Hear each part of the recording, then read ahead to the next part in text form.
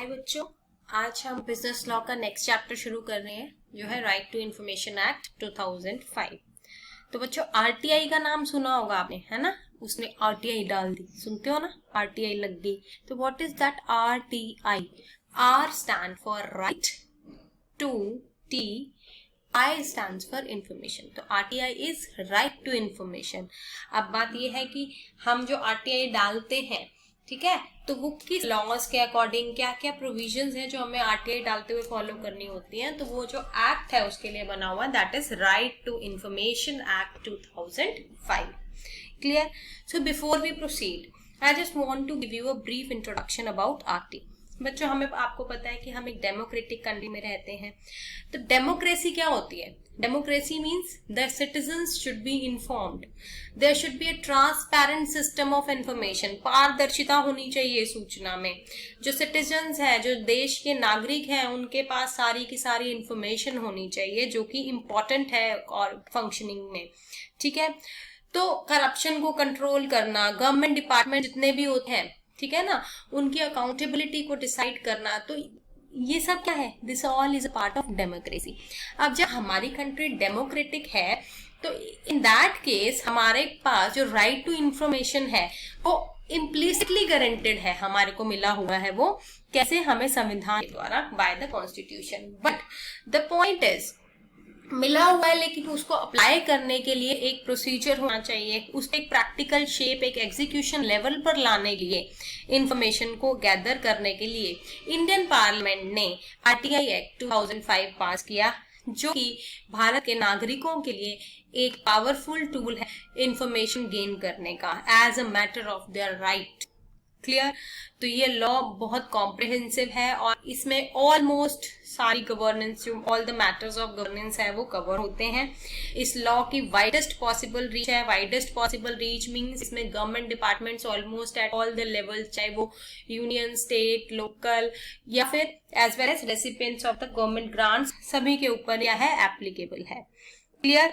तो दूसरी बात, ये इस एक्ट में एक ये भी है कि आप जिससे भी इंफॉर्मेशन अप्लाई करते हो, मांगते हो, तो उस व्यक्ति को एक टाइम बाउंड इंफॉर्मेशन देनी होती है। टाइम बाउंड मीन्स एक पर्टिकुलर टाइम पीरियड है, 30 डेज, 45 डेज, अभी हम आगे पढ़ेंगे। तो एक पर्टिकुलर टाइम पीरियड के अंदर उसको आप इंफॉर्मेशन देनी होती है। अप्लाई करने के लिए एक फीस होती है। तो कुछ कुछ एक्सेप्शंस हैं, वो सारी डिटेल्स अब हम जब शुरू कर रहे हैं तो हम पढ़ेंगे। तो सबसे पहले है meaning of RTI, meaning of right to information. Right to information क्या है बच्चों? ये एक स्टैट्यूटरी राइट है एक इंडियन सिटीजन का, जिसके द्वारा वो इंफॉर्मेशन और सूचना प्राप्त कर सकता है। अब बात आती है किससे प्राप्त कर सकता है?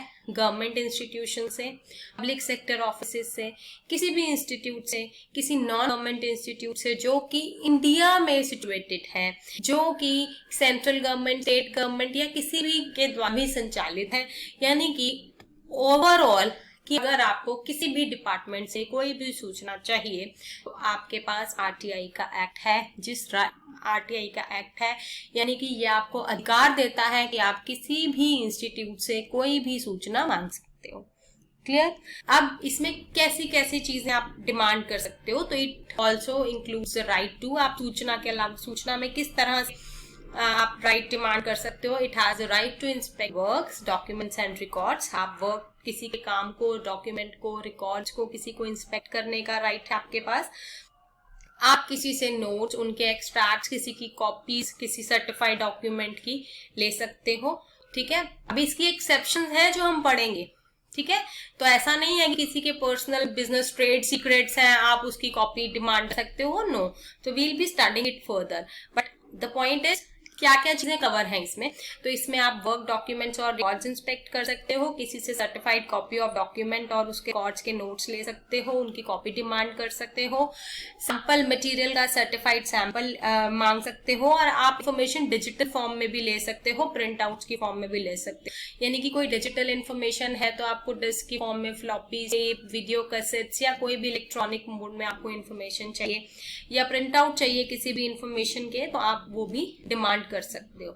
अब बात यह है, बिफोर वी स्टार्ट ऑन कि आरटीआई एक्ट में आपके पास क्या क्या राइट्स हैं, तो आपको ये पता होना चाहिए कि ये एक्ट क्यों एस्टेब्लिश किया गया। इस एक्ट को एनफोर्स करने से पहले क्या क्या ऑब्जेक्टिव्स थे, जिन ऑब्जेक्टिव्स को दिमाग में रखते हुए ये एक्ट बनाया गया। ठीक है। तो आरटीआई जो एक्ट है उसका जो बेसिक ऑब्जेक्टिव है, जो आधारभूत उद्देश्य था, वो क्या है कि अपने सिटीजन्स को पावर देना ताकि उनके पास ये राइट हो और वो ट्रांसपेरेंसी डिमांड कर सकते हैं। ऑब्वियसली जब आपके पास राइट होगा इंफॉर्मेशन डिमांड करने का, तो दैट वुड लीड ट्रांसपेरेंसी, वो पारदर्शिता को बढ़ावा देगा। इसके साथ साथ ऑब्वियसली गवर्नमेंट डिपार्टमेंट्स जो होंगे उनकी भी अकाउंटेबिलिटी बढ़ती है, करप्शन से रोक सकते हैं। तो ये सब चीजें हैं जिसको ध्यान में रखते हुए आरटीआई एक्ट बनाया गया था। ठीक है, तो the act was passed with the following objectives. Let's give it a read. The first objective was to set out a practical regime of the right to information for the citizens to secure access to information under control of public authorities।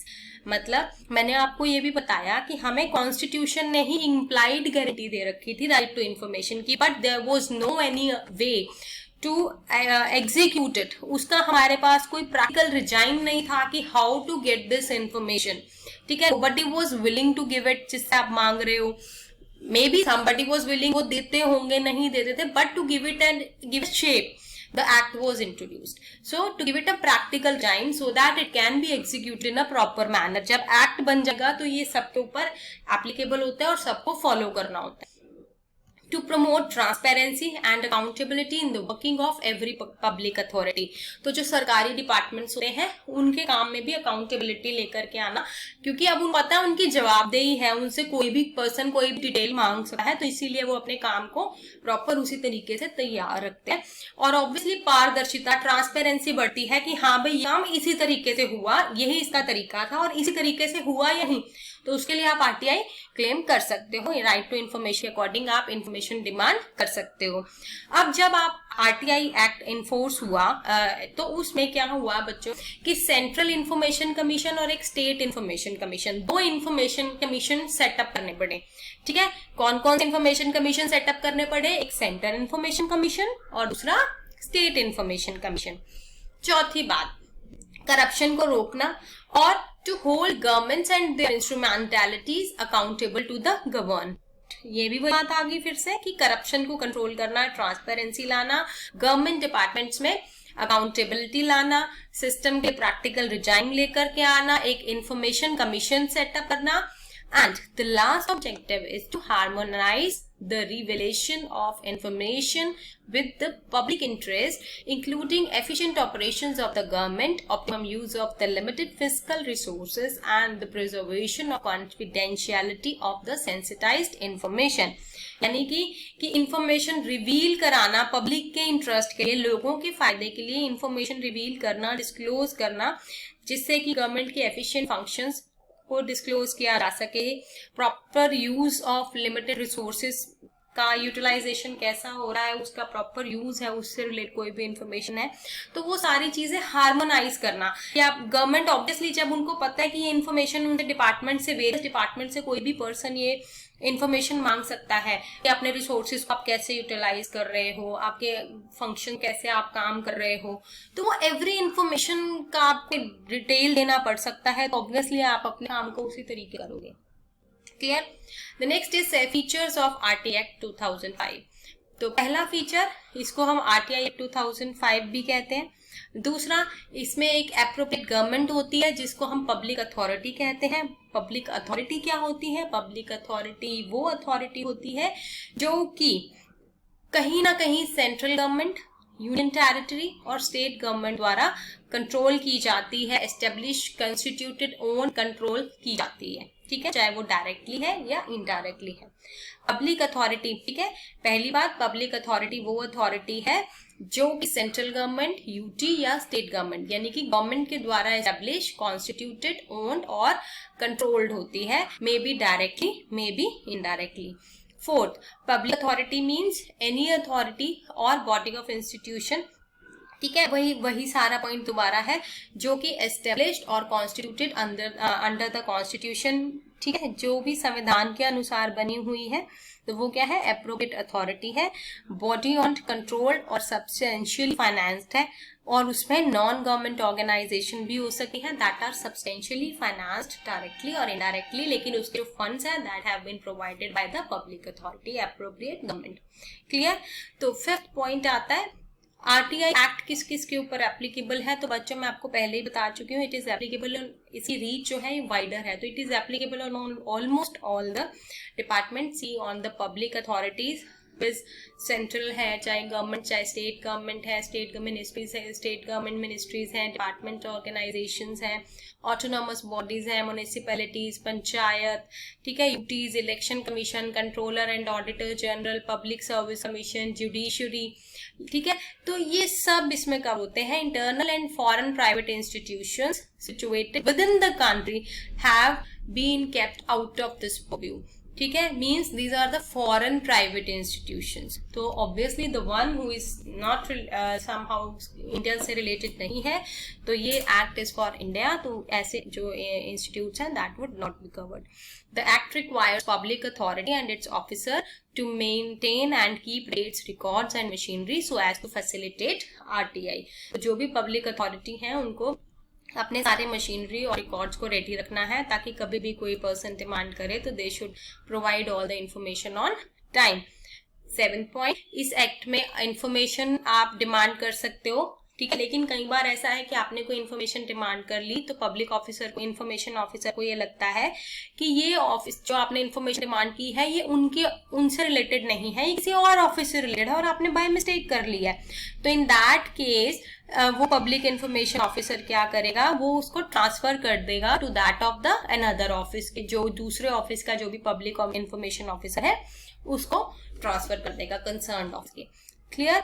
General cases में 30 दिन के अंदर जिस दिन आपने right RTI के लिए apply किया, इन्फॉर्मेशन डिमांड की, एप्लीकेशन दी, उसके 30 दिन के अंदर आपको उसका आंसर मिल जाएगा। बट इन केस की जो इन्फॉर्मेशन आपने डिमांड की है, ठीक है, that relates to third party, से थर्ड पार्टी की इन्फॉर्मेशन है तो उसके लिए 40 डेज का टाइम है, और अगर information life of a person या लिबर्टी ऑफ अ पर्सन से रिलेटेड है तो उसके लिए 48 आवर का टाइम है। तो in this tenure 30 days, 40 days और 40 आवर्स के अंदर आपको इन्फॉर्मेशन मिल जाती है, ठीक है।